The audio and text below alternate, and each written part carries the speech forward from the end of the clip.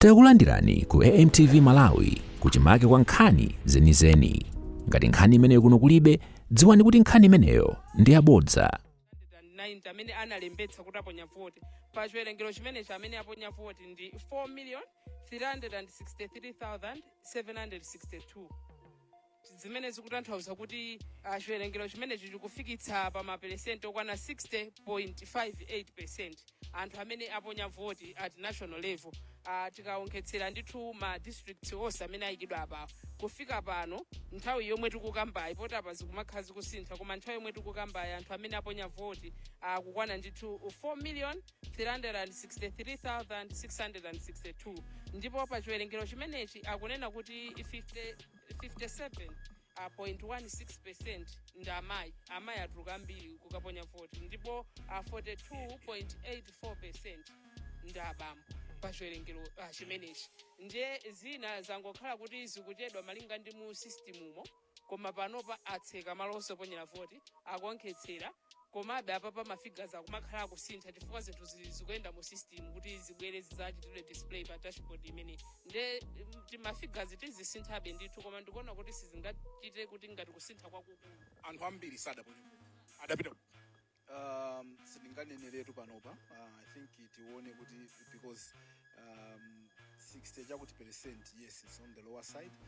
I just want to see kuti akamaliza kuchita reconcile kuti afika 70% or above. So where? Yes, definitely ndikuti ayikhoza kukwera komabe considering the number of people amene anachita register, if zipezekebe kuti there are less than 5 million people that have voted, then there has to be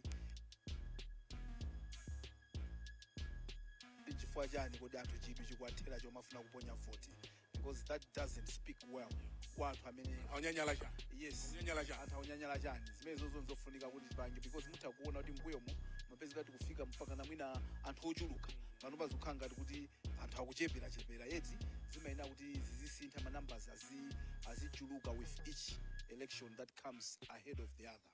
Ndithu Tinaona naona mupumira mwamba mmakudziwani. Naona mupumira mwamba. Ngofuna ndiyankhuleko pa mfundo imeneyo kunena kuti momwe zikuonekera papa kufika panopa kuti mpaka naamika abwera kuzalengeza kuti konse notatseka. Poyamba paja zimalimbitsako mtima kuti mwina mafigures atha kumakwera kwambiri chifukwa ma polling stations ambiri anali kuti akanali otsegula anthu akukaponya voti chifukwa cha zifukwa zina. Koma panopa potengera kuti atseka ma polling stations onse, ma centers onse atseka palibenso komwe kukuchitika kuponya voti. Nkuona kwanga ndikungoona kuti mwina mafigures apapa atha kusintha koma osati kuchita kusintha kwenikweni. Chifukwa mafigures amene akubwera apa ndi mavoti oti aponyedwa kale mwina zina zangokhala ngati zinatsakamira mu system kuti zifike zachitidwe display apa. Ndiye ndikuonabe kuti kukanakhala kuti anthu ambiri avota mwina bwezi panopa tikumakamba nkhani yoti mwina tikuyandikira chiwerengero chimenechi ku 5.6 kapena 6 chakuti miliyoni at least, koma momwe zilili sindikuyembekeza kuti pangakhale kusintha kwakukulu. Zikuoneka ngati anthu ambiri besana chimene manena ine bakhoza kukhala kusintha. Remember izi ndi zimene amapanga capture machine pompo, so this is real time timati kakachala mu chamapanga. So remember nazanena kuti kuli malo ena sadagwise ntchito machine, so that's why ndimangonena kuti pakhalebe element yokuti pali because pali kwina ndithu verification imachitika manually. So kumene koko ndiwene atafusidwa ICT acha kuti mukuona ngati kuti zikhoza kutenga nthawi yayitali bwanji kuti mpangeti konsala amandi pakhoza kukhalabeka nthawi kochulukirapo, but that does not affect. Taona usiku uno security akuluakulu a security agents kubwera kudzakhala nawo akomanda ku nkhondoku komanso mayi Yolamu ku polisiku. Zikutanthauza chani? Banda kuti usizosewera kuti bwana pakusankhidwa mtsogoleri wa dziko sizamasewera izizi. Anthu amene wamayenera kuti abwere kunoko ndi malo otetezedwa kwambiri chifukwa chokuti kumakhala ndi interest ya wina aliyense kunoko. So amene ajawa kubwera pano pakuzakhala pano angofuna kuonesa support yawo kuti tili pano ndi anyamata athu ndatsikana athu ncholinga chokuti titeteze zimene amalawi akufuna, because amalawi ayankhula lero likudzera mu ballot mwawo. tingodikira kuti tive kuti zimene ayankhulazo ndi zotani koma as we speaking now pano sungasinthe chilichonse because zimene ayankhula Malawi zili m'mabokosi akuwerenga anthu akujambula zithunzi zimene zonse zimene ayankhula Malawi ndi mamunzana amene ajawa adabwera panopa just to show kuti izi sizosewerayi patchulidwa zina la president pano tikamaliza zonsezi akuyenera kuti aziteteze komanso anthu azikhala ali akulimbika mtima kuti iyayi I think ngati dziko azachitetezo amalemekeza zimene akufuna Malawi. So it's getting serious. Tamaliza kuponya vote. Kwatsala kuno ndi ali mwana agwiritse. Zikufunika kuti ndithu achitetezo azikhala nawo pakamachitika zolankhula apa mpando ameke kumene kuti chifukwa pano tafika pano mwina kumbuyo kuchati makambirana zoti ayi uku azikutere kuzikutere koma tinali tinkhani toti sitinafikepo anthu angoyamba kumene kuponya vote mwina kuponya vote kuli mkatikati koma tikufika kuno ndikumalechereche kwa zinthu chifukwa ayamba kuonkhetsera kumene koko zikamafika ku ma constituency tale centers kumakhala kuti no anthu mukudziwa kuti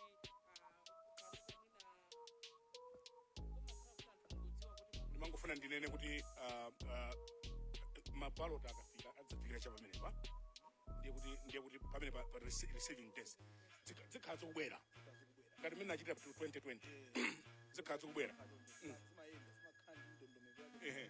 ndiye pakhala busy ponsepa pali ndaonapo pali administration desk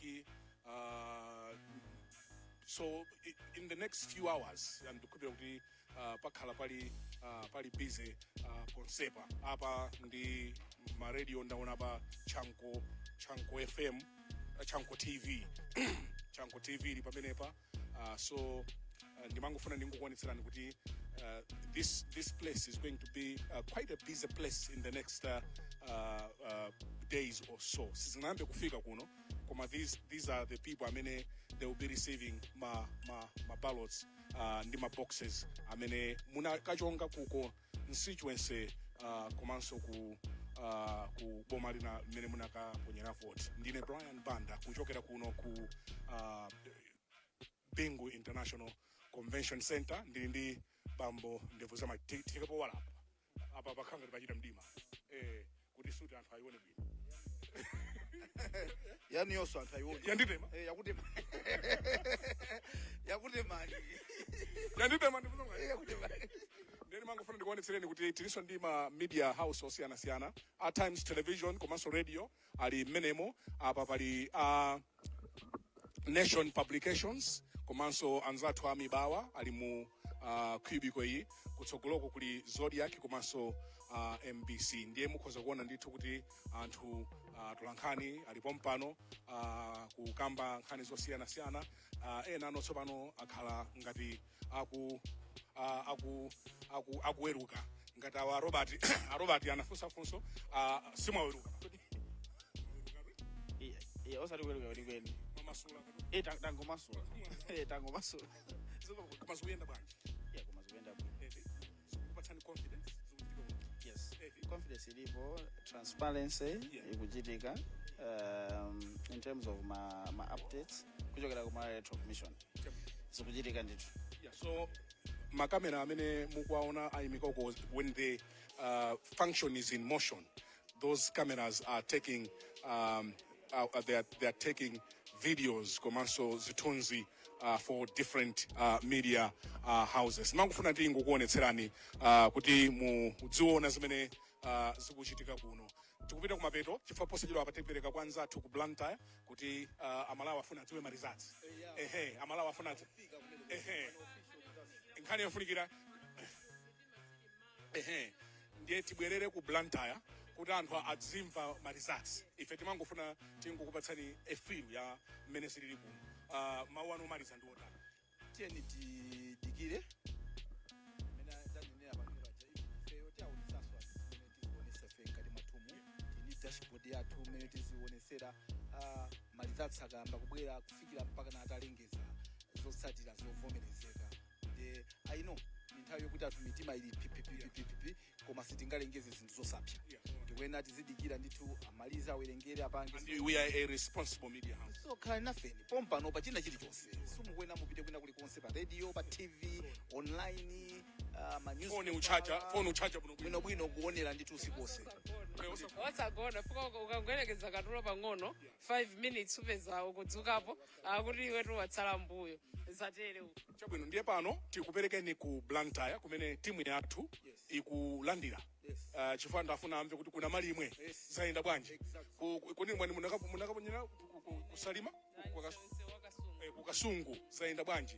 Kodi kwa kunthembwe zaenda bwanji. So tikuthokozeni pokhala nafe. The coverage continues throughout the night komanso mpaka mawa mpaka timve kuti kodi wawina ndani chikho chimenechi. Wawina ndani chikho zofunikira ndimeti bamwe. So tikuperekeni kwa anzathu ku Blantyre. Iwowo akulumikizana ndi atolankhani anzathu amene ali across the country. Ndi atolankhani boma lililonse, constituency iliyonse. Ndiye ngati mufuna kumva kuti kodi kwakuti zaenda bwanji. Nthawi yake ndi imeneyi. Ndine Brian Banda tikuperekani tsopano ku Chichiri ku nyumba yathu yolutsira mawu mu mzinda wa Blantyre. Osayiwala kupanga subscribe ku channel ya AMTV Malawi.